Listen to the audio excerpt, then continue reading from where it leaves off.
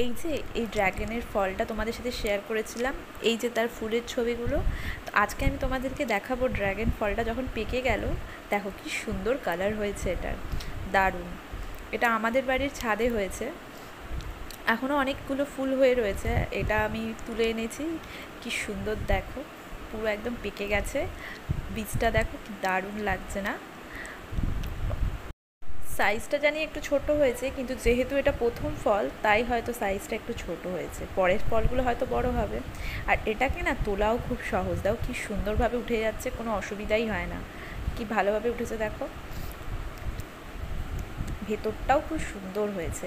আমি মাকে তাই, এই যে আমার বোনকে আমি দেখছি এরা, তুমি খেয়ে দাও তোমার কেমন খেতে, মিষ্টি আছে? মিষ্টি তুই খাবি? কি ভালো খেতে।